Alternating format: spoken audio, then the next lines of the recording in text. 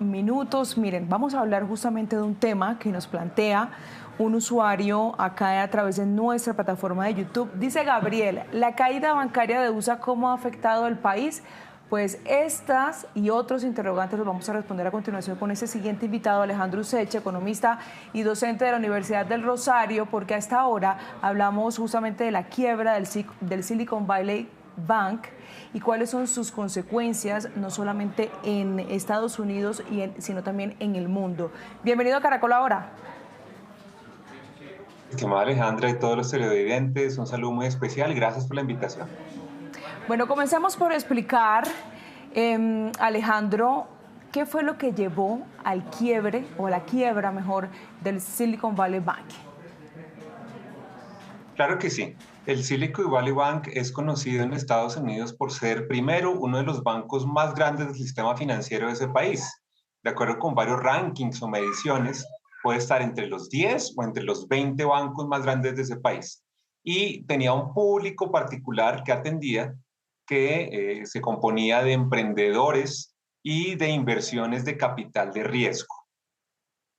Estos bancos han venido atravesando en los últimos años algunas problemáticas en la medida en que, así como está pasando en Colombia, en Estados Unidos también están subiendo las tasas de interés para luchar contra la inflación.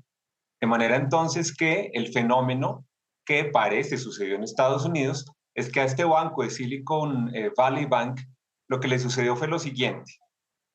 Primero, estaba recibiendo dinero de sus clientes, captando dinero, pero parece que muchas personas no estaban pidiéndolo prestado. Un banco no puede dejar la plata quieta, sino que tiene que hacer inversiones, tiene que mover el dinero. Y resulta que buena parte de esa liquidez que el banco no estaba prestando, pues para sacar una rentabilidad, la invirtió en títulos valores, que lastimosamente, pues en su momento, estamos hablando de hace un año, un poco más atrás, estaban con las tasas de interés muy bajitas. Ujú. Empiezan a subir las tasas de interés en Estados Unidos y resulta entonces que hay un fenómeno financiero, Alejandra, de todos los televidentes, y es que cuando suben las tasas de interés de mercado, títulos valores previamente emitidos con tasas de interés más bajitas se desvalorizan ya como que no son tan atractivos. Por ejemplo, imagínense que alguno de nosotros invirtió en un título financiero hace un año que tiene una tasa de interés, por decir cualquier cosa, del 5% anual, fijo. Pero hoy un título similar renta el 15% anual. O sea que ese que se emitió hace un año con una tasa del 5% anual, comparado con las nuevas tasas del 15%, ya no resulta atractivo. Muchos parece estaban diciendo, ojo con ese banco, porque el portafolio que tienes está desvalorizando mucho. Y en el momento en que lleguen los clientes a retirar la plata, quién sabe si la tiene porque las inversiones se le han desvalorizado por el fenómeno que acabo de explicar. Efectivamente, eso fue lo que pasó. El miércoles pasado, las autoridades financieras de ese país, hagamos de cuenta en Colombia, la Superfinanciera, el Banco de la República, lo intervinieron porque ya había señales de que era una institución que estaba sufriendo potencialmente de iliquidez y problemas de solvencia. Y para redondear, estimada Alejandra, el fenómeno es que la gente se empieza a enterar, oiga, intervinieron en el banco. Ay, yo tenía ahí mis ahorros, voy rápido por ellos. Y mucho más en un mundo donde las redes sociales, el WhatsApp, todos estos métodos tan rápidos de comunicación hacen que esta información fluya rápidamente. Se presenta un fenómeno que en economía se llama corrida bancaria. Y es cuando todos los clientes en masa van a un banco a retirar su dinero. El banco tiene que decir, porque es lo normal de ese negocio, pues yo no tengo aquí el dinero en efectivo de todos. Sale el banco a tratar de vender títulos, tiene una cantidad de pérdidas y definitivamente pues en esos últimos días se tuvo que declarar en bancarrota. Eso es en resumen, Alejandra. Espero que haya sido claro la situación de Silicon Valley Bank. Pero miren, Alejandro, no es el único caso del banco en quiebra. Estamos hablando de que hay otros bancos que están en una situación igual. Acá tengo referenciado el Signature Bank, que también cerró con unos parámetros similares. ¿Qué es lo que está pasando entonces en general? ¿Es exactamente el mismo problema? Claro, el Signature Bank de Nueva York tuvo un problema similar, pero parece que, fíjense que esto es apenas está sucediendo. Parece que hay un problema un poco más grave de fondo frente a la manera en que se está midiendo el riesgo en el sistema financiero. Porque no es normal, Alejandra y televidentes, que uno y otro banco empiecen a quebrar en los mismos días. Esto realmente no es algo ni que se esperaba, creo yo, ni que fuera normal. Entonces, efectivamente, hay un interrogante: ¿qué es lo que está sucediendo? Y hay unas problemáticas que seguramente en los próximos días se tienen que empezar a analizar, como por ejemplo, ¿por qué las agencias calificadoras de riesgo, que son entidades que están siguiendo la pista cómo van estos bancos, bueno, muchas empresas del sector financiero, por qué no dieron unas alertas tempranas? ¿Qué era lo que realmente estaba pasando? Porque no fue algo que sucedió en el último día o en la última semana. También parece, Alejandra, que ha habido algunos fallos en términos de la regulación, porque a pesar de que después de la crisis de 2008 se apretó, se mejoró, pues lo que estamos viendo es que esa regulación, por lo menos en el caso estadounidense, no estaba funcionando de manera adecuada. Entonces, la situación de los bancos es similar. El entorno en que ellos están moviendo en el planeta, particularmente en el caso de Estados Unidos, hablando de estos dos bancos, pues fue muy similar, pero está llevando a estos interrogantes: ¿qué es lo que pasó al final para desencadenar esta corrida bancaria, donde en últimas lo que se está es casi que perdiendo la confianza en estas instituciones financieras? Más allá del tema de la pérdida de la confianza, ¿cuáles son también las consecuencias de este tipo de situaciones en la economía de Estados Unidos, en la economía del mundo? Porque tengo entendido que esa situación del Silicon Valley particularmente ha golpeado también las bolsas en Europa, em, y también en el país, aquí en Colombia. ¿Afecta de alguna manera? La pregunta que nos planteaba también Gabriel, nuestro usuario de YouTube. Claro que sí, hay unos efectos que son diferentes de acuerdo con el lugar del mundo, con la relación que algún grupo de personas o entidades tengan con estos bancos. Pues para empezar, primero, la economía de Estados Unidos estaba pasando por un periodo de problemas. Nuevamente, la palabra creo que aquí es la dificultad para tener confianza en el sistema financiero. Ahora, dada la gravedad del caso, rápidamente las autoridades estadounidenses intervinieron, no solo las del sector financiero, sino el mismo presidente de la República. Esto para decir: no se preocupen, ahorradores, les vamos a responder hasta el 100% de sus ahorros. Entonces aquí no va a haber quiebra de ahorradores. Las entidades donde estaban teniendo su dinero, pues sí, están muy en problemas, pero ustedes no se preocupen, les respondemos por los ahorros. Esto se hace, Alejandra, porque precisamente lo que se trata de evitar es ahora un pánico generalizado en ese país, donde se repitan muchas cosas como las que sucedieron en el año 2008, que desencadenaron, sabemos, una de las crisis económicas más graves de la historia reciente. Aparentemente esto no va a suceder porque apenas, pues, digamos que dentro de las una o dos días u horas siguientes incluso de que presentaran las noticias sobre estos bancos, el gobierno empezó a intervenir. Vamos a ver, esperemos los próximos días. Ojalá que esto sea así primero en Estados Unidos, que no se pierda esa confianza, que los ahorradores recuperen rápidamente su dinero y que se logre, ojalá, una estabilización de estos bancos y que se den buenas señales sobre las demás instituciones. Se han dado varios informes esta mañana en el mundo sobre qué está pasando, por ejemplo, con el mercado en Europa. Los europeos dijeron, en declaraciones más bien oficiales, que veían como muy bajo el posible riesgo de contagio. Sin embargo, el temor se esparce. Entonces, lo que vimos esta mañana fue una caída importante de las bolsas de valores en Estados Unidos, también lo hicieron así en Europa y también en China, pues con algunos altibajos, y Japón. De pronto al cierre del día la única que pasó, como se dice, en verde fue China, pero con unos altibajos importantes durante el día. Entonces, en el planeta hay en este momento temor. Oiga, ¿será que nos vuelve a pasar lo mismo del año 2008?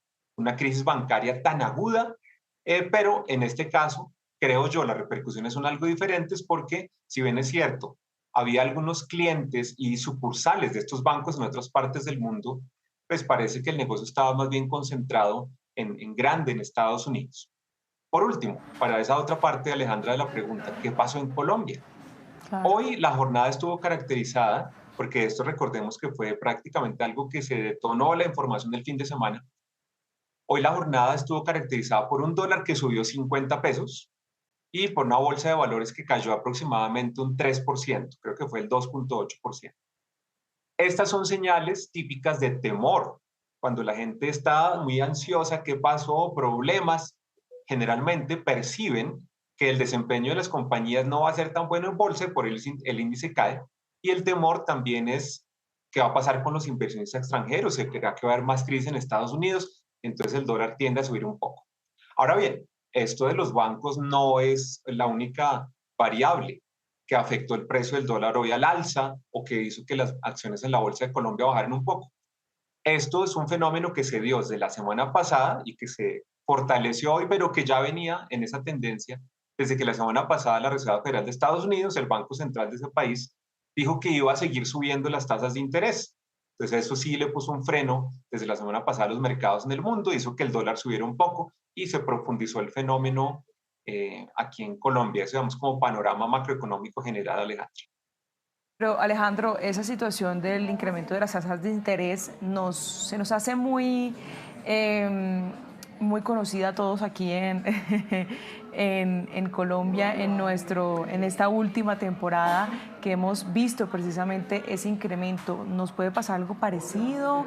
¿Los bancos pueden estar viviendo una situación parecida y por eso algunos toman esta decisión también de frenar el incremento?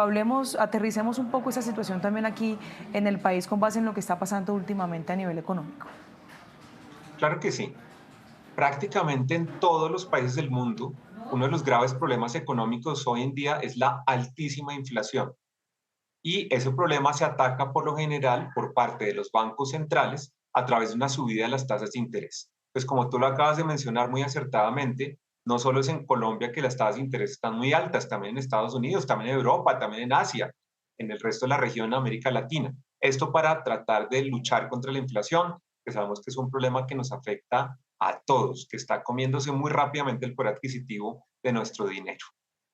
Esto desde mi punto de vista va a tener que cambiar durante este año porque las perspectivas es que la inflación tiene que ceder alrededor del mundo. Incluso el ministro de Hacienda lo dijo aquí en Colombia, que ya parece que la inflación tocó techo y que lo que podemos esperar a partir de aquí en adelante es una inflación más moderada, que va a desacelerarse, no va a caer en picada, pero va a desacelerarse en los próximos meses. Y si eso es así, las tasas de interés durante los próximos meses en Colombia podrían ir a la baja también. Desde mi punto de vista, sí hay cierto efecto de contagio de este temor internacional sobre el comportamiento de los bancos en la bolsa de valores. Es decir, sobre lo que la gente percibe que podría pasar en el entorno de los bancos.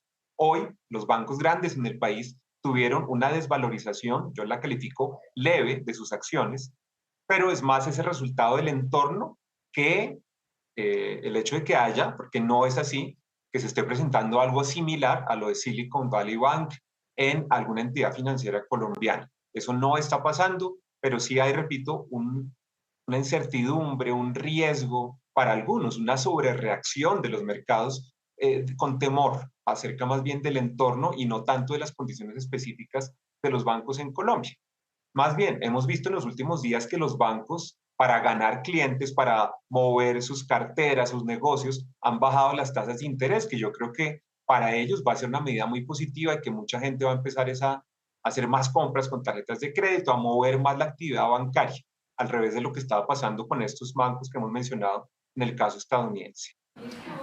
Volvamos al Silicon Valley, Alejandro, y hablemos de ese número de transacciones que se van a comenzar a realizar a continuación de estos ahorradores que tenían su dinero allí y con base en la estrategia planteada de la recuperación total de esos dineros que precisamente le van a permitir el acceso a estos ahorradores de poder sacarlo completamente.